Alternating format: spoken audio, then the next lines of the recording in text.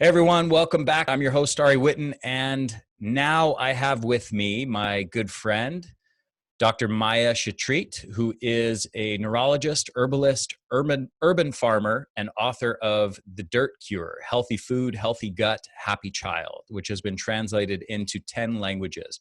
She's been featured in the New York Times, The Telegraph, NPR, Sky News, The Dr. Oz Show, and many more. Dr. Maya is the founder of the Terrain Institute, where she teaches terrain medicine, earth-based programs for transformational healing. She works and studies with Indigenous communities and healers in Ecuador and is a lifelong student of ethnobotany, plant healing, and the sacred. And I'm really excited for this talk because she's going to be talking all about Indigenous practices, spiritual practices, shamanic practices, and that whole angle and aspect to energy and to superhuman energy. So welcome, Dr. Maya. Such a pleasure to connect with you as always. Pleasure to be here as always. Nice. So what do you got for us? Let's get into it. All right.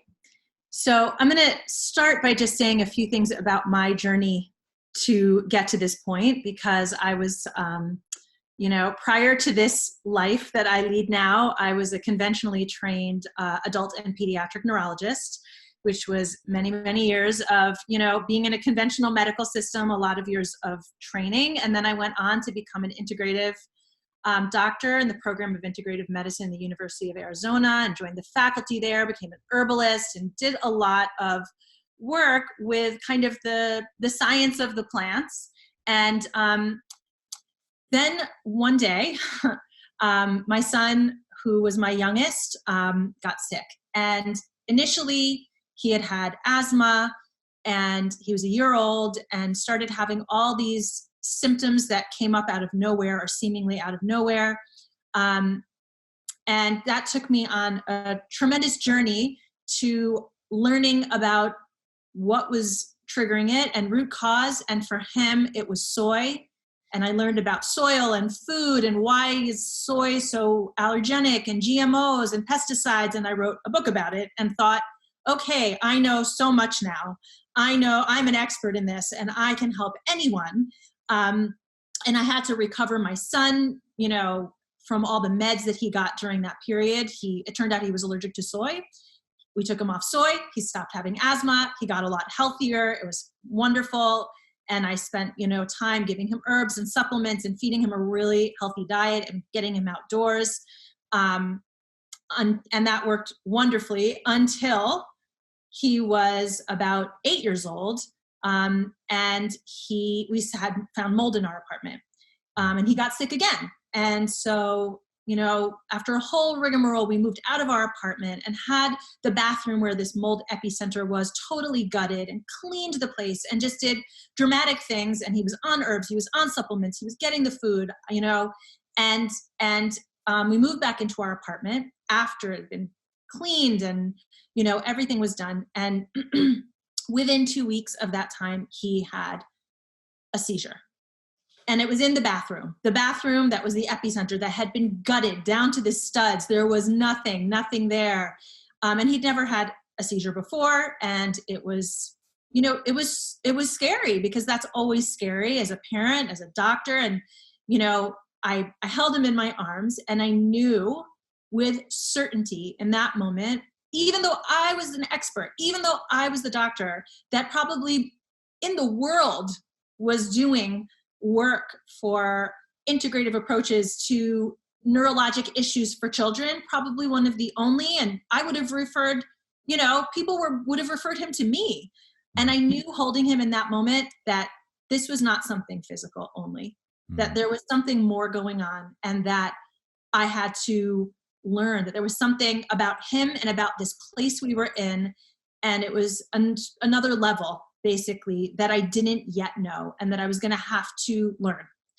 And that journey took me to a teacher initially who is a PhD in ethnobotany and a 4th generation shaman.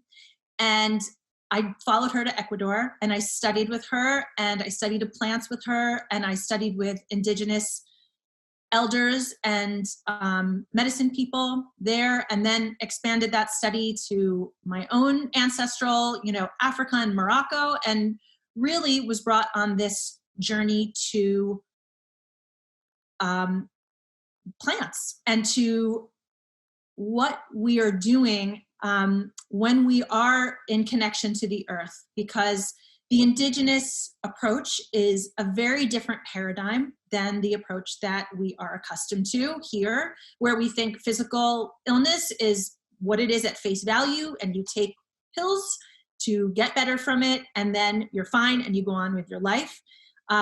There is an idea that all physical things start with your spiritual self, and your being in good relations with yourself, with others, and with the place you are. So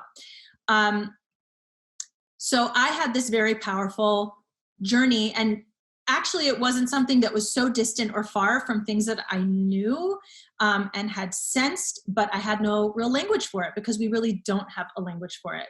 So I want to talk a little bit about what those different kinds of practices are that in indigenous communities and ancient communities were practiced and are still practiced to this day, that are things that make you feel, or that give you the propensity to be superhuman, but maybe we could just call that being, in incredibly optimal physical, emotional, and spiritual health.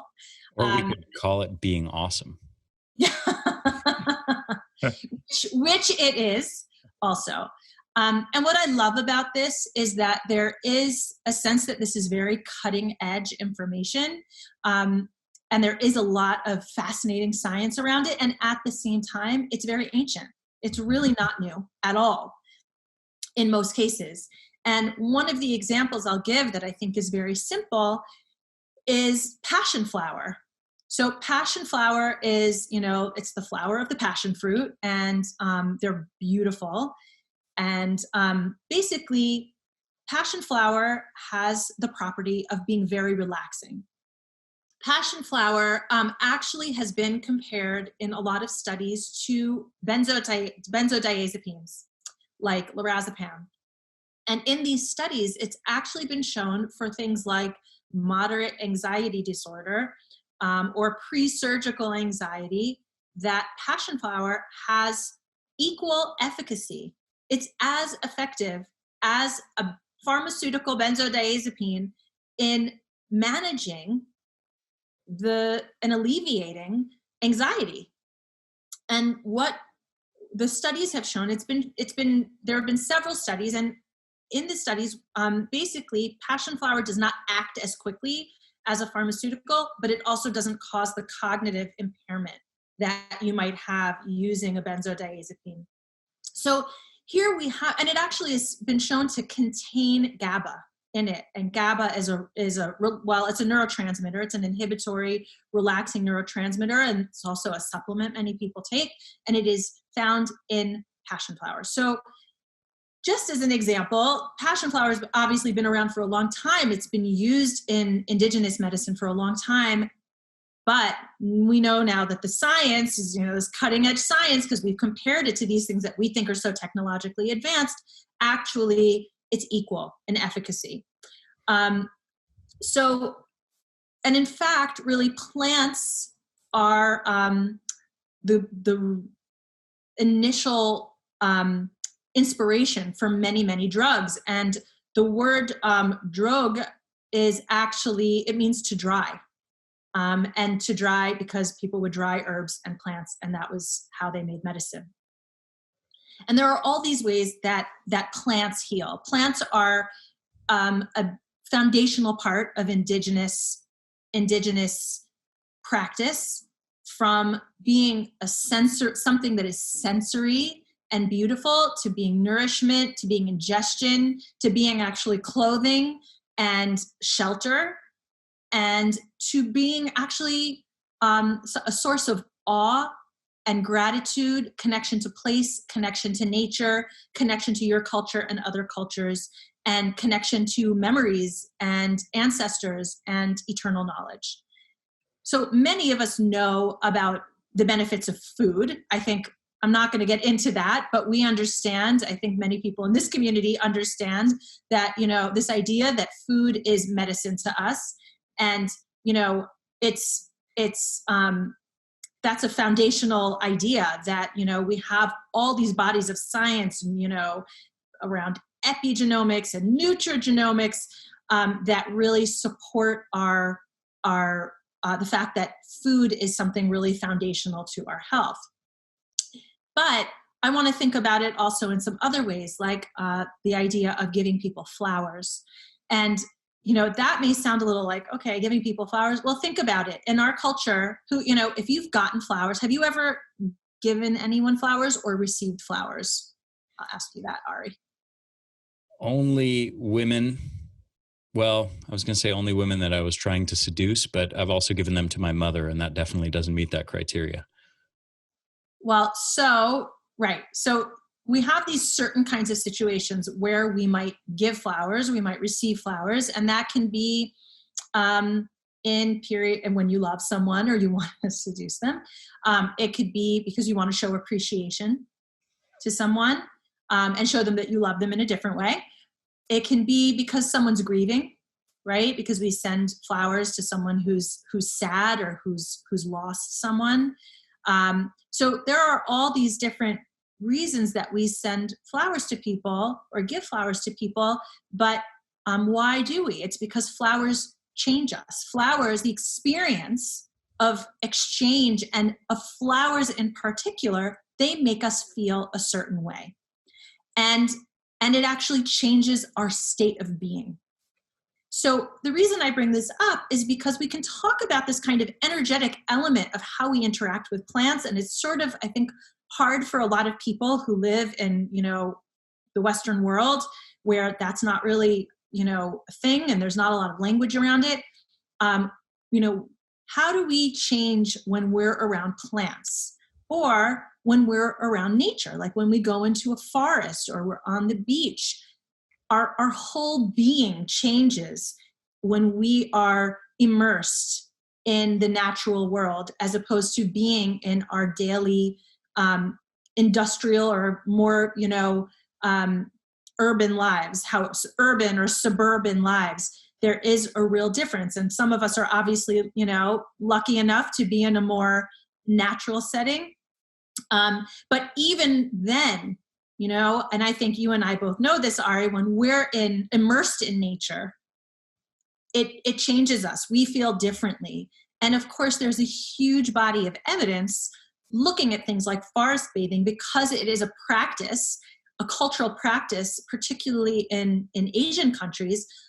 It's prescribed. And a lot of the doctors there actually have now studied the benefits or the qualities of people who immerse in regular forest bathing, which just means immersing yourself in the beauty of the forest on a regular basis.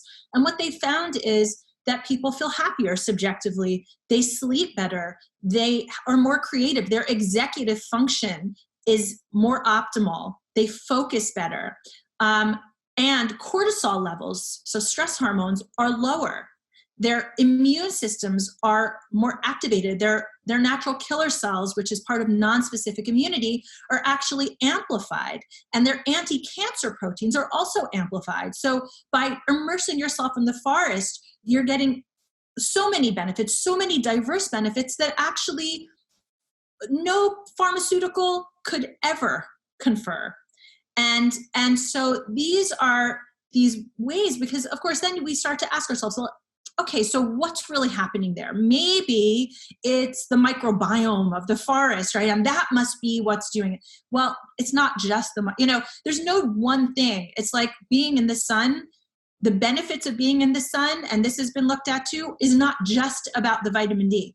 The sun is not only vitamin D. That's the subject of my next book. So yes, that's one of my big objectives in the next book, is to explain all the many other dozens of mechanisms of how the sun benefits our health beyond just a vitamin D story.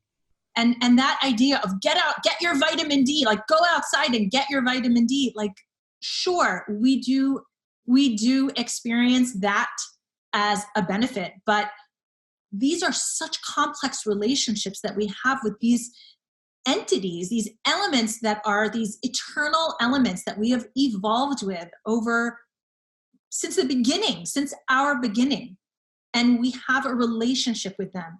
And this is part of the indigenous wisdom and intelligence that has also evolved since the beginning, along with our relationship with plants and the forest and the jungle and the sun and the beach and the water, all of these different aspects of things. So people will say to me, well, like, plants, like, I'm not into plants, like, fine, yeah, I'll eat like a salad. But so I always like to ask people, have you ever had coffee? Because people will say like, because coffee is a powerful plant tonic. And, we think about it as caffeine, and I need my caffeine. Again, that totally reductionist way that we have in the Western world of trying to basically reduce something down to one compound. But plants, like the sun, like the forest, are as complex as we are. Mm-hmm. And they're a universe. They're a universe within themselves, as we are a universe within ourselves. And there's an interaction.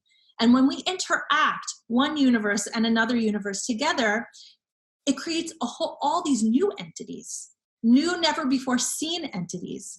And so coffee, as an example, is not just caffeine, but it is an array, a massive array of different compounds and alkaloids and bitter components that actually change our immune system, change our stomach acid, change our blood sugar levels, and change our way of thinking and our way of engaging. Right. And in indigenous culture, a plant like the coffee bean is called a master plant. It's called a teacher plant because it's so powerful in the way that we interact with it. And I would say to you too, if you don't think plants are powerful and thoughtful in the way that they operate, think about coffee.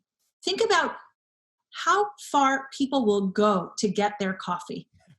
We are slaves in a sense, and I don't just mean coffee. I'm going to give you another example. What about grass? And I mean just the kind that grows outside. I'm not using a euphemism there. How people will spend hours hours that they will say they don't have mowing their lawn and watering their lawn. We're slaves to grass, like it's not like a meadow. It's not anything we can eat. We're not feeding it to anybody.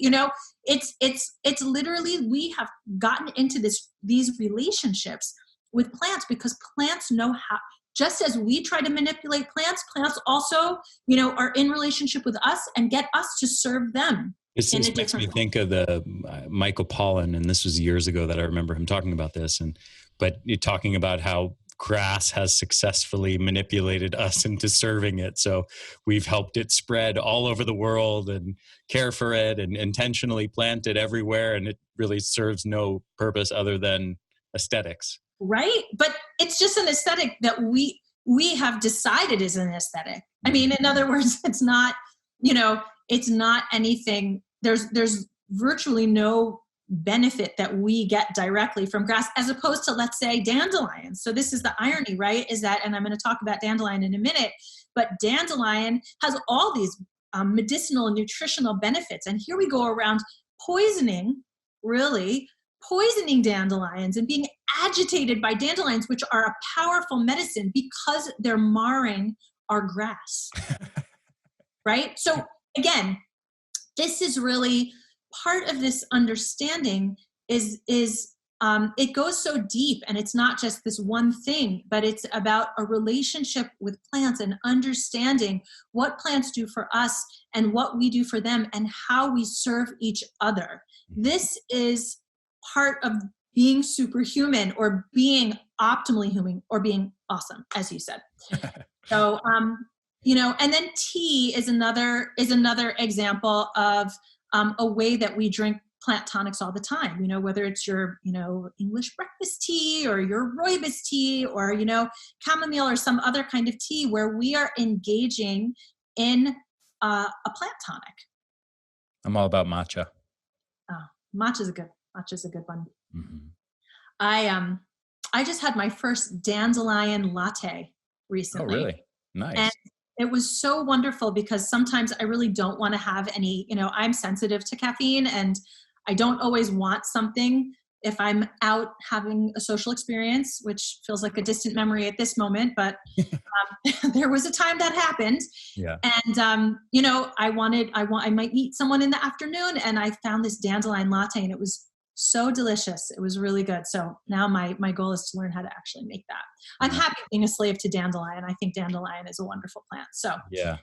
then I would just say another example of the way plants influence us on an emotional level is essential oils. And I want to bring that up for a few reasons, because essential oils have this rap as being kind of a woo thing and that they don't have any science and that it's, this hippy dippy kind of, nonsense. So what's fascinating is that when I went to do the research for my last book, I went to look in the scientific literature around essential oils. I just wanted to know, like, what's really there. What was most fascinating is that there are so many papers on essential oils, and they are published by surgeons. And the reason is because surgeons faced severe refractory to antibiotics, meaning antibiotics could not treat them, wound infections. Mhm. And that is something that kills people or causes them to lose a limb or, so surgeons were, I guess, at some point decided we're going to look at essential oils and looked at the antimicrobial properties of all different essential oils. And guess what? Every single one they tested had strong antimicrobial properties. Now, different ones were better for different things, but it was fascinating because if surgeons are talking about essential oils and their antimicrobial properties, we kind of have to listen because nobody's going to say that surgeons are going around talking about, woo things. Maybe they just like to smell like patchouli in the operating room. I don't feel like surgeons are like that. I feel like they're exactly not like that, Yeah. I had the same experience probably 4 or 5 years ago, by the way. I thought I brushed off essential oils as nonsense, like hippie nonsense, new agey stuff. And then I was really surprised when I first discovered how many research papers there are on the various effects, mood boosting, brain boosting, sleep enhancing, on and on and on. All of it. And, and this is actually not just essential oils, but if you smell a sprig of fresh rosemary, Mm-hmm. you improve your memory by 10 and more times for a period of time after just inhaling it. And why I talk about this in terms of our emotional health too, is that scent is the one sense that we have that doesn't get processed anywhere else in the brain. It goes straight to your limbic system. And so it's a direct hit to you and to your memories and to your primitive brain, and it affects you on an emotional level in addition to all the other ways that it affects you. So there is this incredible way, whether through essential oils, and I like it because they have been studied and there is data around the relaxing and the sleep and the cognitive benefits and the wound healing benefits and on and on. But in fact, also there is an emotional benefit when you are smelling these different kinds of compounds that are coming through essential oil, or picking that piece of rosemary and smelling it, or basil, or these different kinds of plants that cause you to have that emotional reaction. And that is an important part for Indigenous communities of engaging with the plant. That's the part of the relationship. And you could think about it as when there's somebody that you are in love with, that how good they smell to you and what happens to you when you kind of catch a scent. And it could be a combination of things, but a scent of that person is it can activate all these different kinds of feelings. And that is true also. We have that kind of love affair that goes on also with plants, with flowers and aromatic herbs and pine and fir leaves. I mean, just think about all these different mint that might in some way activate you, and it can go in both directions, right? Something can repel you or the other way around. But what happens is it creates these endorphins as if you are in love. and you are, but it's with the plant, you know? So there is this way also in Indigenous communities where plants act on a whole nother level. They are about protection. They are about clearing. So an example of that could be people will use a smudge stick where they bundle certain plants together, aromatic plants. It could be, lavender, basil, and, pine, or it could be, actually rosemary is another one, and actually smolder it. So light it, light it on fire, blow it out, and let it kind of create a little smoke. And again, they talk about clearing and using that to kind of clear the space energetically. When we've looked at it scientifically, what we've seen is that actually when you do that, especially in a closed space, the levels of organisms in the air that could be harmful decrease, especially in a closed space, for many, many hours, for as many as 16 to 18 hours after you do that. So certainly, whatever's happening on an energetic or spiritual level, we may not yet easily be able to measure with the kinds of, with the particular vehicles that we have right now. However, what we do know is, if we're looking, is the air cleaner in some way? Yes, actually it is. And these are also used as, for some different kinds of plants, as an inhaler. The way we would use something, someone had asthma, they use it with a little bit of smoke from certain plants that actually, help people breathe better by, expanding their airways. So there is this sense of, it's helping open things up. It's helping you breathe. It's helping you clean. And plants as protection can look a lot of different ways. There are certain kinds of plants that are worn, like seeds. Seeds are a very sacred part of earth-based cultures because they're these powerful, they hold, memories, they hold DNA that can last hundreds and hundreds of years and still in this little tiny package hold all this potential to become something huge, like not just a tree, but a whole forest of trees from that one seed. So, people will wear seeds and will interact with seeds. And of course, I do that in a lot of different ways. And right now, I was, thinking there are a lot of places that have sold out seeds, and I really wanted to grow my garden during this period. And I luckily, because I work with seeds, I was like, wow, I have sunflower seeds that I've worked with. I have corn that I keep, as like making kind of designs and mandalas, and I'm planting my seeds, So it's this kind of insurance for life that you have in your, when you interact with seeds. I'm going to talk for a minute about plants for transformation.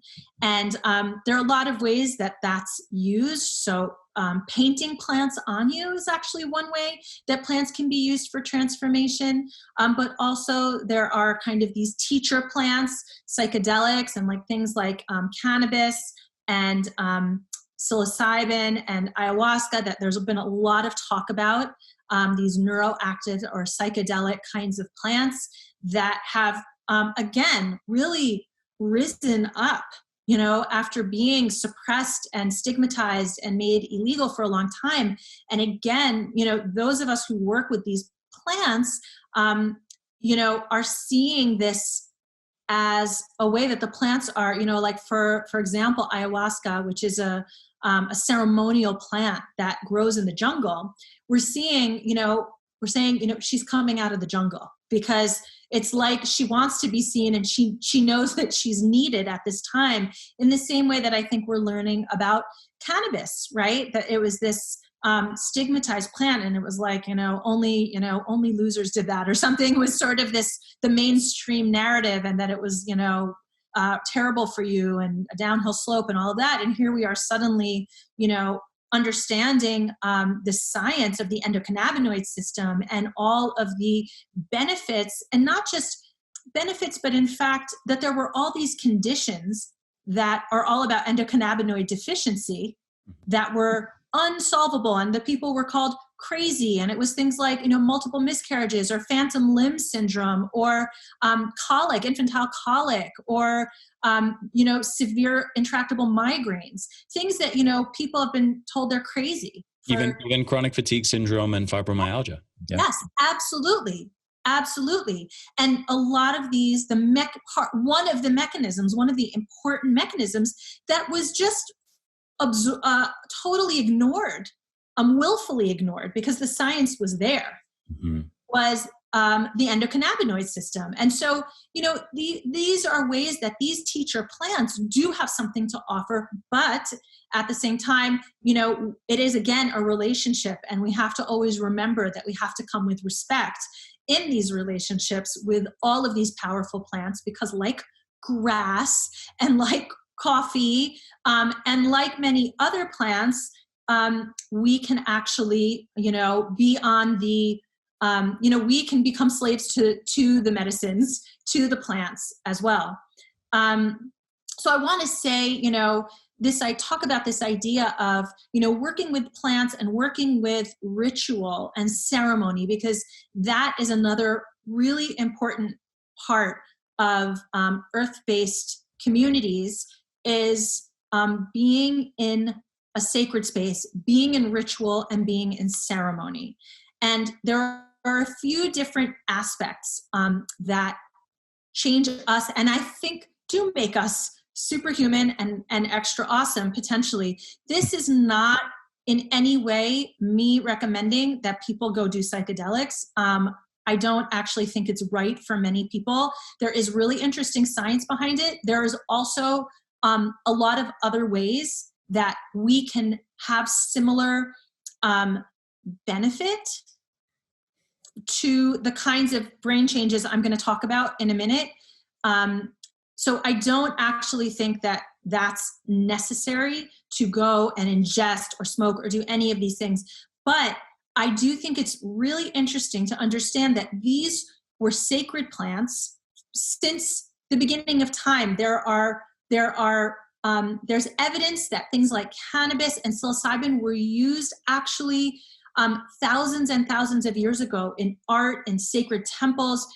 One reason it's thought that cows were worshipped and considered sacred in Hinduism, that it actually was rooted in the fact that psilocybin and certain kinds of psychedelic mushrooms grew in the manure.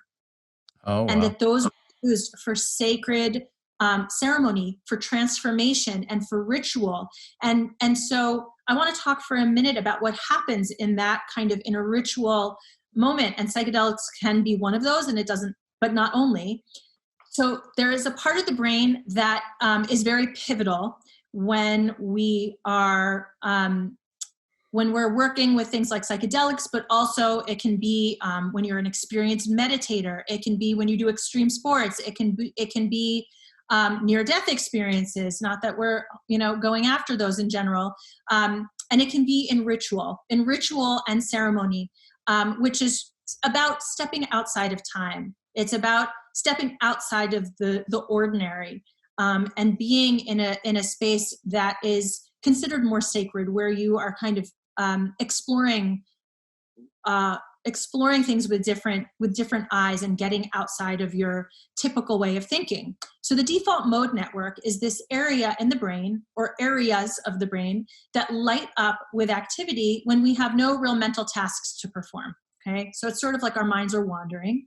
And it's daydreaming, it's self-reflection, which sound nice, but it can also turn into things like ruminating and anxiety, and even to the point of things like obsessive compulsive disorder. And it's something that consumes actually a disproportionate amount of the brain's energy.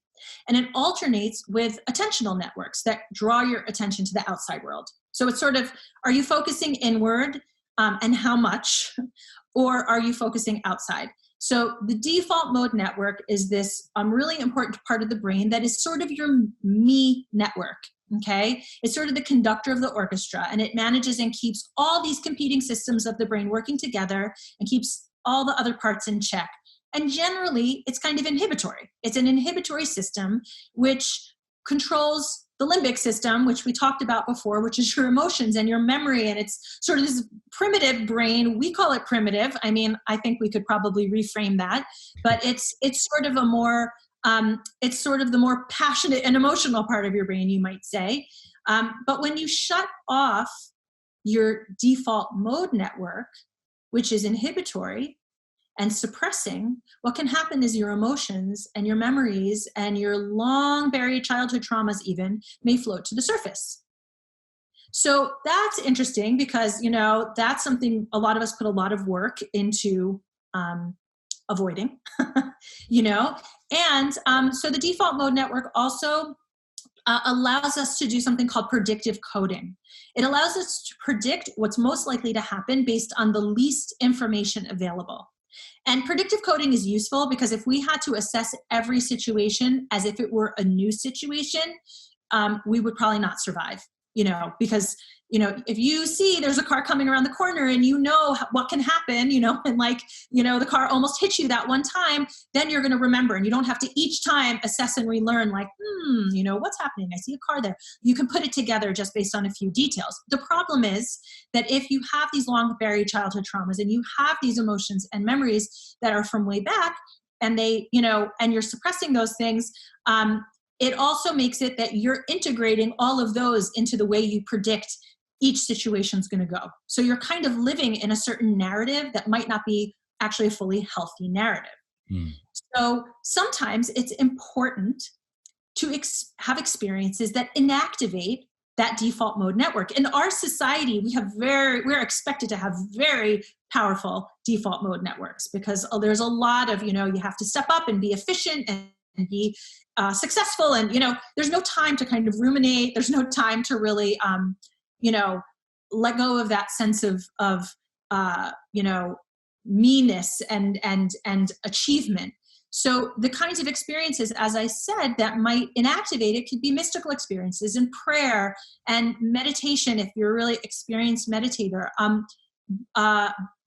These holotropic breathing. Now we're seeing a lot of this therapeutic breathing that can actually also inactivate default mode network and allow this kind of healing to happen. Sensory deprivation, overwhelming experiences of awe, like being in nature, actually can be profound moments that inactivate the default mode network.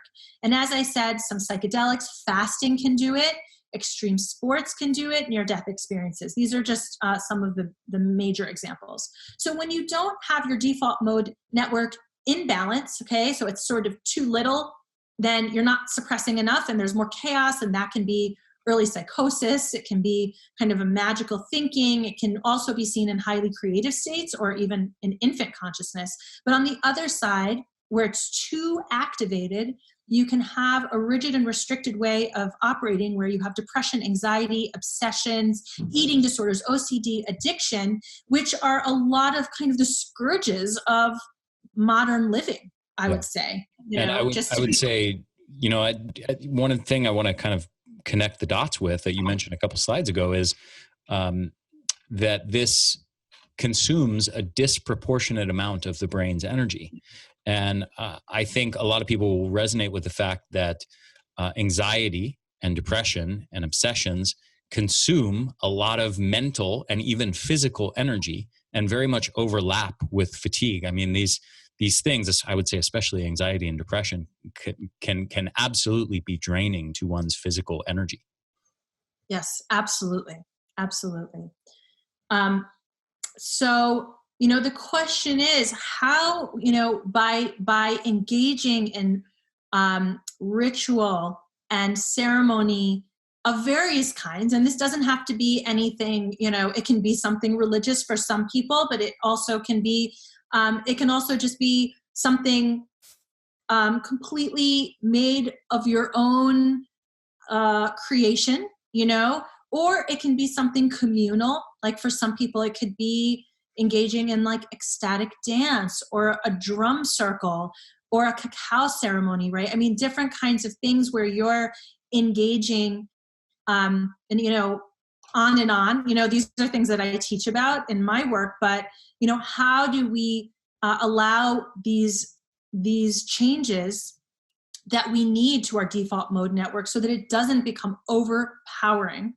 And so what happens when we start to have these mystical experiences that are so inherent to the culture of earth-based communities and indigenous communities, it's a normal part of culture. It's a normal part of communal activity. This is, and we could think of, it's part of, if something happens to the community, someone dies, there's a grief ritual around that allows people to move through, these different emotions and things so that people aren't holding on to it and aren't stuck in that, trauma that they might have experienced around it and have that overactive default mode network. So in the mystical experience, we have these distinct networks in our brain that become less distinct. And we have these new connections that spring up between regions that would normally not communicate. And we operate with greater flexibility and interconnectedness and increased mental diversity and thinking outside the box. And actually, people who have experienced the mystical will have long-term changes to their personality, to have more traits of openness.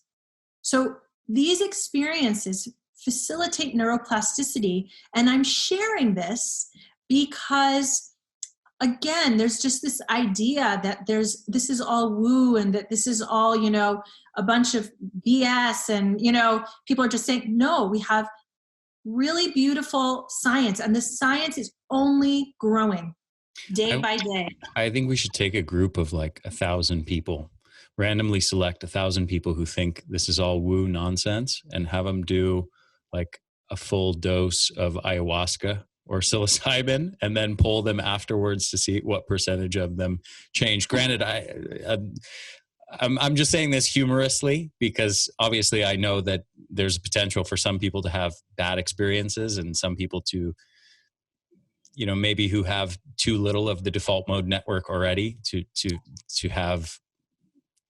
maybe go in a negative direction from it. But I just think it would be fun to examine how many of those people would change their views on to what degree it's all woo-woo mystical nonsense. But that has, in a sense, been done. Not exactly, but it's been looked at in people who were dying, actually, where it wasn't totally random, but basically people signed up for a study where they would either get a placebo or they would get psilocybin. And, they were given something and, had this experience. And so what happened was that the vast majority of the people who ended up ingesting the psilocybin, and it was done in a controlled setting with actually a helper, a person who helped them, the person who was taking the psilocybin was there to help them through the experience, were trained to do that. Not necessarily mystical in the sense that, like here we are in ceremony, but something that was intentional and safe. And what they found is that the vast majority of them lost their fear of death, totally lost their fear of death, and came to peace with the fact that they, were end stage, and that this was going to happen, and they just felt very peaceful about it. And I think it's fascinating because when we have that, those experiences that are mystical, and I'm giving that one psilocybin study. There are many studies on psilocybin actually from all over the world, and but again, it's not the only way that we can have mystical experience by far. Yeah. And I want to emphasize that.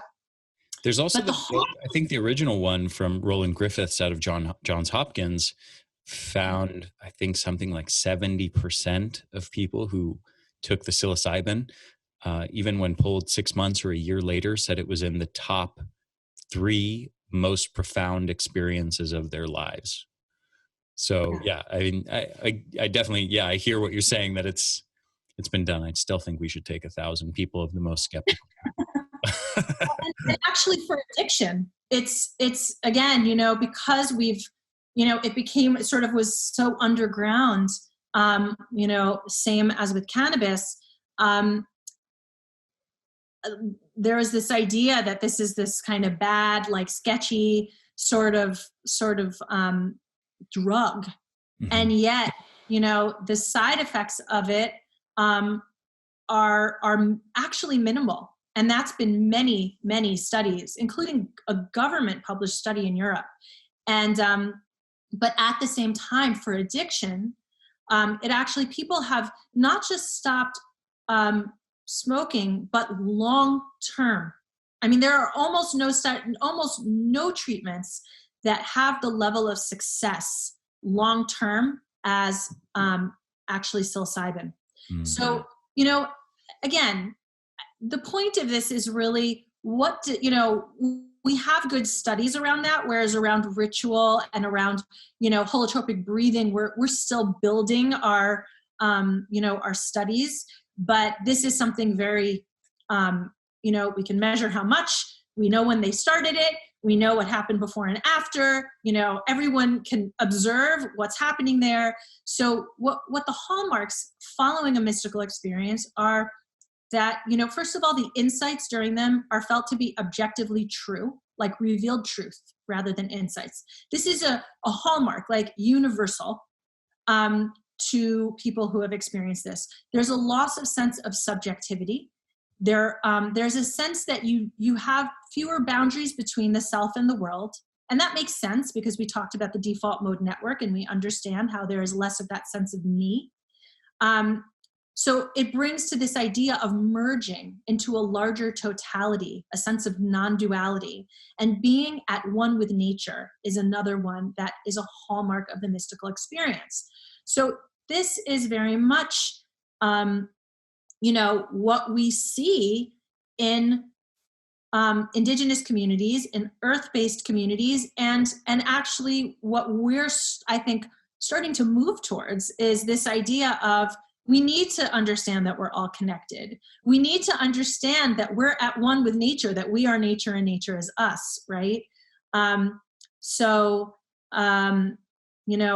that, I think it also teaches us things like awe.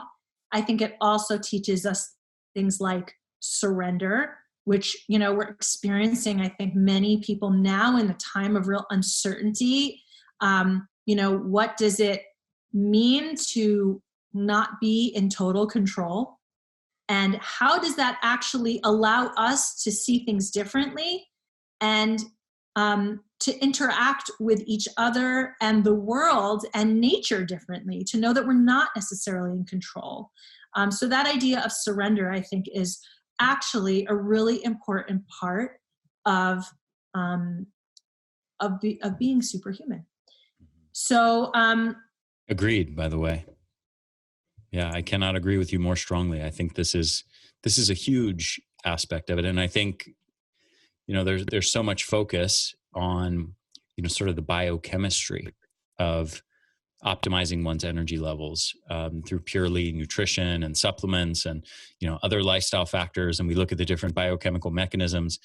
And this dimension of spirituality, of connectedness with nature, with the world around us, of surrender. These are things that can't just be reduced down to, take this dosage of this supplement to modify this particular mechanism or influence the expression of this gene. This is another layer to the story that is just as important, but is harder to get at and harder to quantify in an objective way. Well, I would actually say it's not necessarily that it's hard to quantify in an objective way, but that we were not interested in doing it. I've gotten into a lot of interesting conversations. I've attended think tanks, and in those think tanks, there are clinicians, there are scientists, leading scientists, and you're in this kind of conversation about complex issues, whether they're medical issues or, societal issues or ecological issues, where you're discussing what you see, kind of from a clinical standpoint versus a scientific standpoint. And when I've talked about plants, and I'm talking about passion flower, I'm not talking about anything that kind of, you know, or rosemary, anything like that. But when we're looking at studies on plants, what they always would say to me, and these were brilliant people, they'd say, well, we can't study the plant. We have to study a component of the plant. Mm-hmm. That's the only way. And I would say, yes, but the medicine of the plant is the whole plant. It's like saying, I want to understand that Maya's brown hair is what makes her like important in all these ways. And it's like, but there's so many other things. Like, why are you, or no, Maya. it's the very specific, unique hue of your hair that defines everything that you just delivered in this presentation. Right. So what we're talking about is really very much a different way of seeing science. So, and that's another thing that I teach about as well. Like we have this entanglement, biological entanglement with everything that we study. For one thing, where we are engaged not just as observers. There's no such thing as being just an observer. We're always a part of it. So really, that's obviously a very, that could take us on a whole nother road that we're not going to go on right now. But the important point is, I don't think this is just another layer. I think this is a real deepening of our understanding of what health is, and of what optimal health is, and of how to study that, and how to look at complex beings like human beings or plants, or the relationship between them, and how can we look at that, not as another thing we're trying to separate out necessarily, but how can we start to look in a systems approach and a systems biology approach to really understand things in the complex form that they are, Right. So I think that that's really a question. And, the last thing I would just bring up is the idea of gratitude, because to me, this is a very powerful concept that, we're all, I think, loosely engaged in, like, yes, I should be grateful for this, or like when things aren't going well, or, whatever it might be. And that's certainly, in periods of surrender, in periods of uncertainty, in periods where we're not in control, gratitude is something that becomes much more to the forefront, that we suddenly are much more aware of being grateful for what we have. And, even if it's as simple as, I know when I'm indoors all day, if I don't feel I can get outside and I'm, in isolation or whatever it may be, just looking outside and seeing the sunset, that I'm lucky enough to get to see the sunset or the sunrise is something that can change the whole way that I'm experiencing my life and the world in that moment. So this idea of being in gratitude, and to my mind, and this is something I think that is a very earth-based and indigenous approach, is part of why we actually are here, right? Like, what is our purpose? Are we just here to kind of take things from the earth, or what? Part of our purpose is to be here in gratitude. Our gratitude and appreciation are a part of our purpose. And the way that I think we can look at that in scientific, in the scientific approach, is that we know that the heart has this electromagnetic field. And the electromagnetic field is very powerful. It's actually the most powerful electromagnetic field in our body. And everything in the body entrains to the electromagnetic field of the heart. It synchronizes. So even the brain is synchronizing to the electromagnetic field of the heart. And in fact, when you have an EEG and an EKG recording at the same time, and there's something about to happen, the heart knows a little bit before the brain. The heart actually has this intelligence and knows things before the brain. And what's fascinating about it is that when you look at heart rate variability, so you pull out certain, I'm not going to get into it too much, but the way that the heart beats, I'll just say, the variation in rhythm, you can actually predict someone's emotional state. You can predict if they're angry, or if they're anxious, or if they're concentrating, or if they're meditating, or if they're in gratitude and appreciation.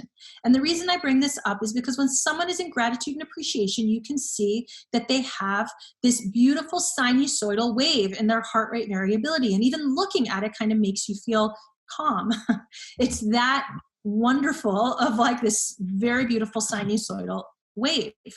And we know that associated with that, if people get into that state, it's called coherence by the HeartMath Institute. People who are regularly in a state of coherence, and this has been studied and published, they have lower blood pressure. They have better focus. They have lower cortisol levels, lower stress hormones. They sleep better. They actually, if you look at all kinds of different psychiatric symptoms, they're less likely to have psychosis. They're less likely to have issues with depression or even bipolar flares. There's a huge scientific literature around being in a state of coherence, in that state of gratitude and appreciation. It changes our bodies, it changes our brains, it changes our mental state. And things like PTSD or violent video games actually get you out of a state of coherence. There are a lot of things about modern living actually that disrupt our state of coherence, but being in that state of gratitude and appreciation is incredibly important for our physical, emotional, and mental health, and I would say also spiritual health. So, I think that's this beautiful scientific evidence that shows that we are meant to be here in gratitude, and that's another element. And I would just end by saying, we're all connected and we evolve together. These plants and, the forest and the earth, and as spiritual as that may sound, I think we have a lot of evidence that this is true, and not only that this is true and important, but in fact, it's necessary for us to be functioning at our most optimal. If I could mention one thing there, I like what you said at the very end there. I think is so important, because I think the big question from all of this, in my mind, is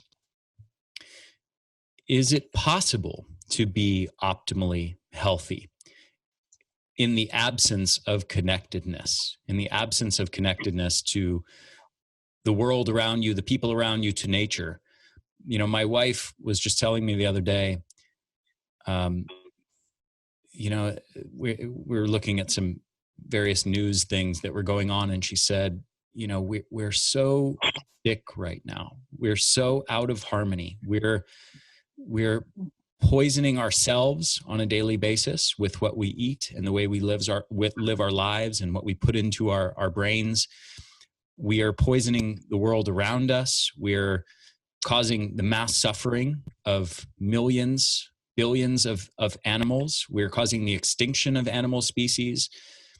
We are out of harmony and out of connection and awareness of our connectedness to even ourselves and to the world around us. And I think the question is, for me, is it possible to be optimally healthy and have superhuman energy, let's say, in the absence of any awareness of this connectedness and in a state of being so out of harmony? And I think for me, the answer is being in harmony with that, being in connection to all of that, is a hugely important aspect of optimal health. For me, I would say there is absolutely no way that we could be optimally healthy without it.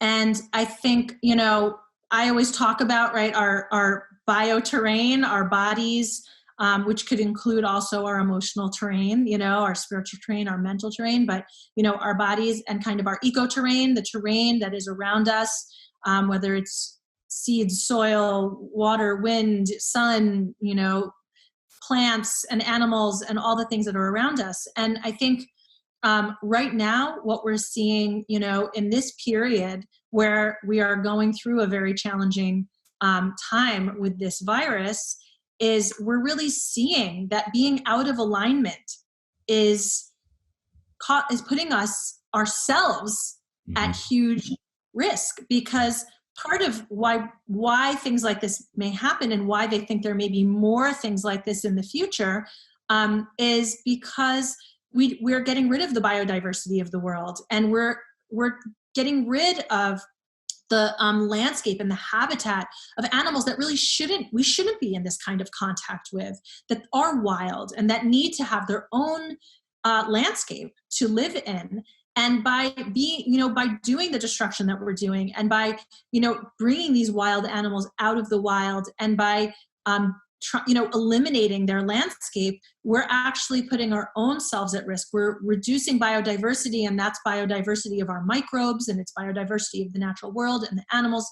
And there is a harmony that does exist. And what we're seeing is what happens when we're out of harmony, and how disruptive it can be to our entire society in the whole world, and what that really means. So I think this is, this period is a real lesson for us in, first of all, taking a look at, not letting ourselves be distracted from the suffering that we all experience in our various ways, and even that we're causing, that we're not allowed to busy ourselves out of that, but also to really start to think about how we could be in better alignment, and how we have really no choice but to be in better alignment if we want to remain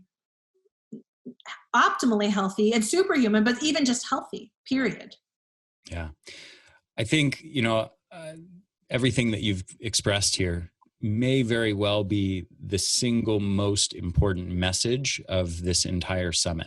If I could choose of all these different, 50, 60 talks in this entire summit, if I could choose one message that people were going to take away from this entire thing, of all the different speakers' talks, every specific thing that was mentioned, every tip for energy and health, if it were my choice of this is the one thing that I wish you would come away with, it would be what you've expressed here. So I really want to thank you for sharing your wisdom with everybody listening. I think this is just incredibly important and profound for people to let all of this sink in and really internalize it, and hopefully start turning this into a practice or a series of daily practices to start to embody these things that Dr. Maya has talked about.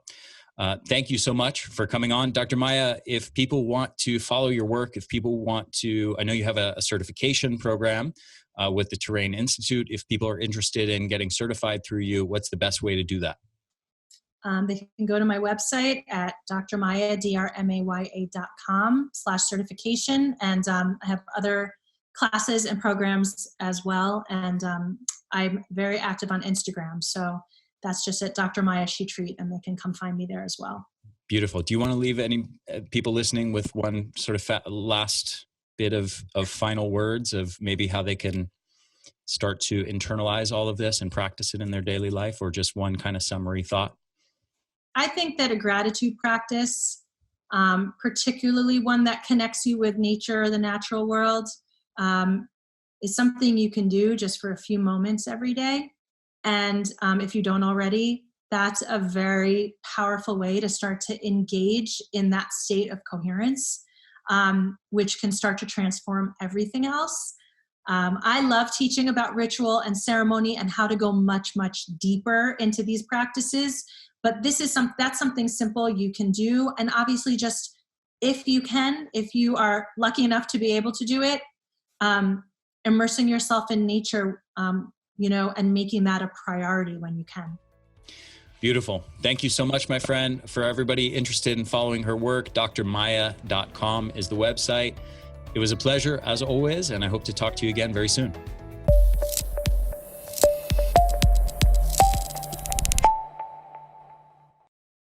Hey there, this is Ari again. Thank you so much for listening to this episode. I hope you enjoyed it. If you did, if you found it valuable, please share it with your friends, share it with your family, help me get the word out there. Also, if you're on YouTube, make sure to hit the subscribe button and hit that little bell to get notifications every time we release a new video or new episode of the podcast. And if you're listening to this, make sure to subscribe to this podcast on iTunes or on your favorite podcast app. Thanks so much for supporting my work at the Energy Blueprint. I hope you enjoyed this episode. I will see you in the next